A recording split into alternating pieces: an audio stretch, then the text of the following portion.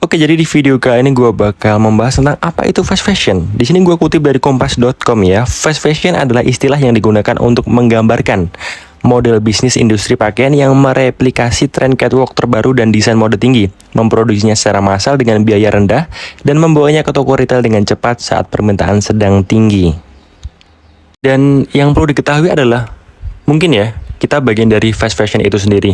Dalam beberapa kurun waktu terakhir yang gue jumpai adalah tren OTD, outfit of the day itu semakin marak. Itu yang ngebuat kita seolah-olah pakaian lama kita itu udah nggak tren, udah nggak relevan buat kita pakai sekarang gitu loh. Emang siapa sih kita? Apa kita orang yang selalu disorot? Kita adalah orang yang selalu dinotis? Boy, enggak gitu loh. Orang tuh nggak bakal sadar lu pakai pakaian yang sama di 2 minggu yang lalu, sebulan yang lalu. Lu tuh orang yang nggak sepenting itu sebenarnya gitu loh. Dan di sini gue mencoba menyadarkan diri gue sendiri dan juga kalian ya kan, bahwasanya yang sering kita jumpai adalah kita mencontoh pabrik-pabrik figur yang ada, ya kan, cara-cara berpakaian mereka.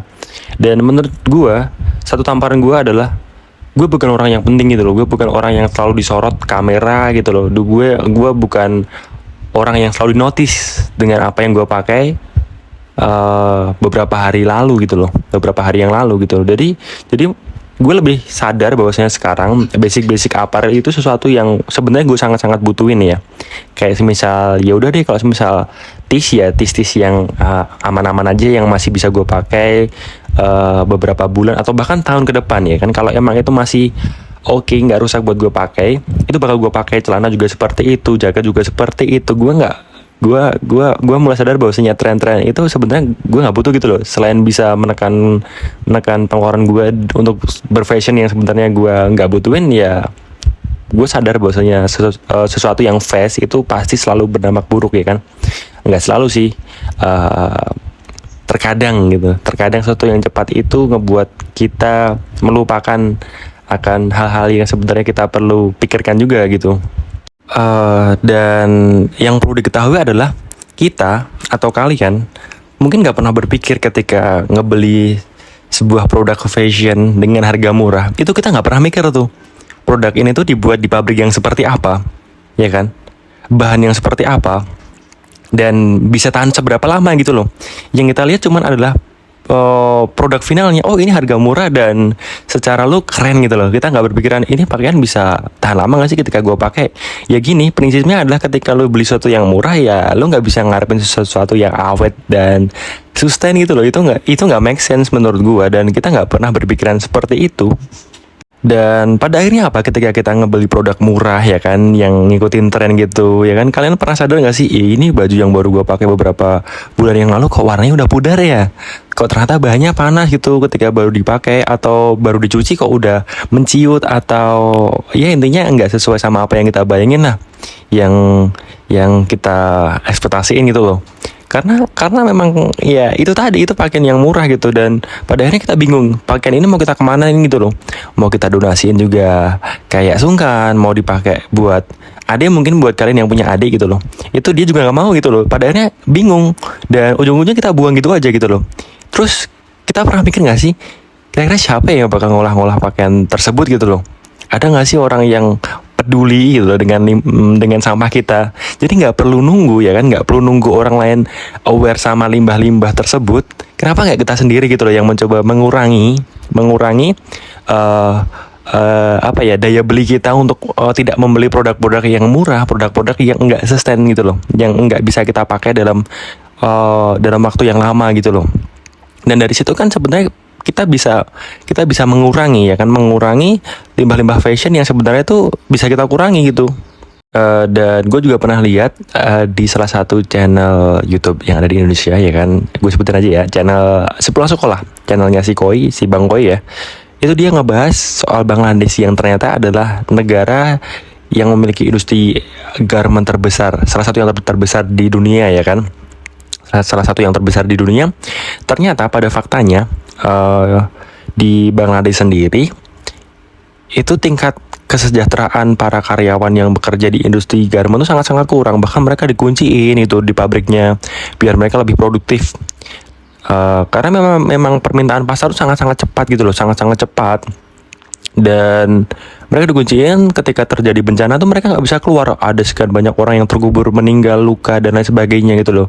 Dan itu menurut gue yang buat gue makin sadar bahwasanya sesuatu yang fast itu kita juga perlu tahu gitu loh.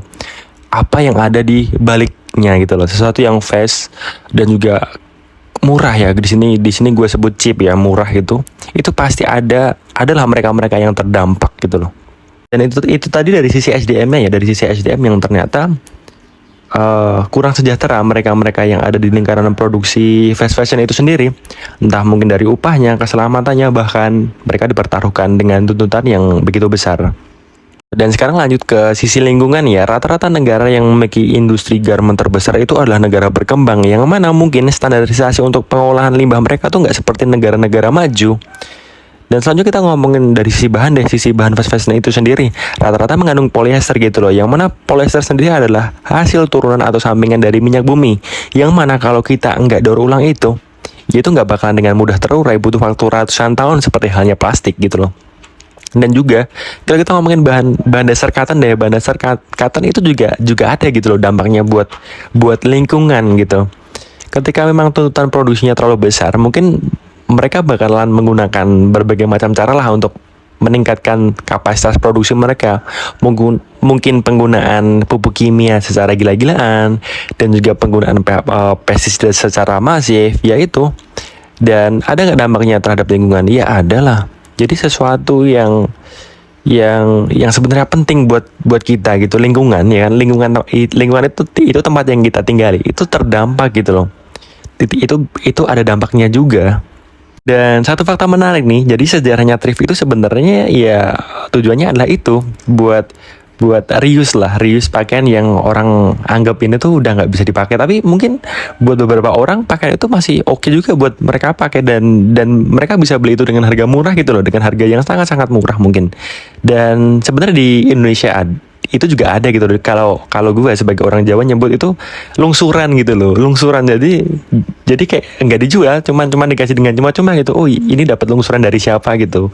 Dan sekarang kan demandnya dari thrifting itu kan banyak tuh. Pakaian yang awalnya itu ya dianggap pakaian bekas, terlepas dari mereknya apapun, itu tuh bekas itu loh, yang dijual dengan harga murah sekarang jadi melambung untuk harganya.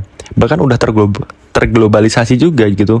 Pakaian yang awalnya itu didonasikan itu malah dijual gitu loh, dan ya itu dampaknya karena demandnya terlalu besar. Dan faktanya juga ketika kalian beli barang bal-balan dari luar negeri ya kan, satu karung tuh itu paling cuma beberapa doang yang bisa dijual dengan harga tinggi, dan orang nyebut itu sebagai kepala atau grade A lah. Beberapa juga mungkin grade B gitu kan. Tapi apa kabar dengan grade C, dan juga D gitu kan? Itu kan jadi PR juga buat kita yang sebenarnya juga kebingungan juga untuk gimana cara ngolah pakaian bekas yang nggak bisa dikasihkan ke orang gitu juga kan. PR-nya adalah ngedaur ulang tersebut, kita malah import limbah dari luar negeri. Mungkin ada yang bagus, tapi kalau kita ngomongin yang jelek gimana? Yang nggak laku deh misalnya, ujung-ujungnya kan juga sama gitu loh. Tapi gue juga nemu solusi, gue nggak cuman ngebahas masalahnya juga. Sekarang kan juga baru ramai tuh tren-tren pakaian reward gitu loh, pakaian yang mungkin satunya bagus, satunya enggak, itu mereka satuin jadi satu dan jadi punya nilai ekonomi sendiri gitu. Itu mungkin jadi salah satu solusi juga ya untuk mereka yang kebingungan dengan pakaian mereka yang mempunyai grade C atau D gitulah, yang bingung mau mereka kemana. Itu sebenarnya bisa mereka rework. Sebenarnya selalu ada solusi ketika kita mau mencoba berpikir gitu kan, dan ya lebih inovatif aja seperti itu. Jadi kesimpulannya apa sih yang bisa kita ambil? Jadi kesimpulannya adalah kita harus bijak dalam membeli sesuatu gitu loh. Sesimpel fashion aja deh, sesimpel fashion, pakaian yang kita pakai, pakaian yang kita kenakan, kita harus tahu kenapa itu bisa murah ya kan. Kira-kira awet nggak sih? Warnanya gampang pudar nggak sih? Panas nggak sih? Gitu loh. Kita harus berpikir seperti itu. Enggak, bukan berarti kita nggak punya uang ya. Kita mempertimbangkan hal tersebut karena ya banyaklah pertimbangan kita. mungkin dari sisi lingkungan dan lain sebagainya. Maksudnya pakaian itu tuh bisa awet nggak kita pakai dalam beberapa tahun ke depan gitu loh. Dan juga gue pernah ngedenger intinya kalau lu pakai pakaian murah ya lu terkesan murah ya, memang seperti itu faktanya gitu loh. Yang dimaksud memang terlihat murah tuh ya karena mungkin gampang pudar ya kan, gampang sobek, tipis dan lain sebagainya, nerawang atau apalah gitu. Ya itu gitu loh. Jadi lebih bijak aja, bukan di sini gue mendorong kalian untuk beli pakaian yang mahal, tapi yang bagus buat kalian. Bahannya seperti apa, kalian nyaman atau enggak, fittingnya seperti apa gitu loh. Gue sendiri lebih nyaman pakai pakaian oversize ya, jujur. Itu ngebuat gue ngerasa kayak ini masih bisa gue pakai lah ketika gue punya badan yang lebih gede gitu loh, ya kan. Dan karena gue pakai pakaian oversize, gue nggak bisa kurus-kurus banget dong. Ya mau nggak mau kan gue jadi harus olahraga gitu, nge-gym ya kan. Jadi biar kelihatan sedikit bagus juga lah gitu ketika gue lihat tuh fittingnya oke gitu. Itu. Dan ya berdampak bagus juga dari sisi lingkungan dan buat kalian jadi orang yang lebih berpikir. Kalau dari sisi pakaian aja kalian mau mempertimbangkan, itu juga bakalan berdampak juga ke pola pikir kalian di aspek-aspek lainnya gitu loh. Itu jadi sesuatu pembelajaran juga buat gua, buat kalian, dan positif dampaknya. Itu sih yang perlu kita pelajari, yang bisa petik dari situ, yang bisa kita petik dari sesimpel pakaian yang kita kenakan loh. Ya kan, itu juga pasti bakalan berdampak ke aspek lainnya sih. Itu aja, dan thank you banget buat kalian yang udah nonton video gue sangat amat welcome dengan masukan-masukan, kritik dan saran yang kalian berikan. Gue sangat-sangat welcome, gak masalah mau kalian menggunakan bahasa yang seperti apa, itu bebas, karena cara berbahasa kalian kan kalian yang tahu tuh, dan gue sangat-sangat welcome dengan masukan yang akan kalian berikan. So see you on the next video, thank you.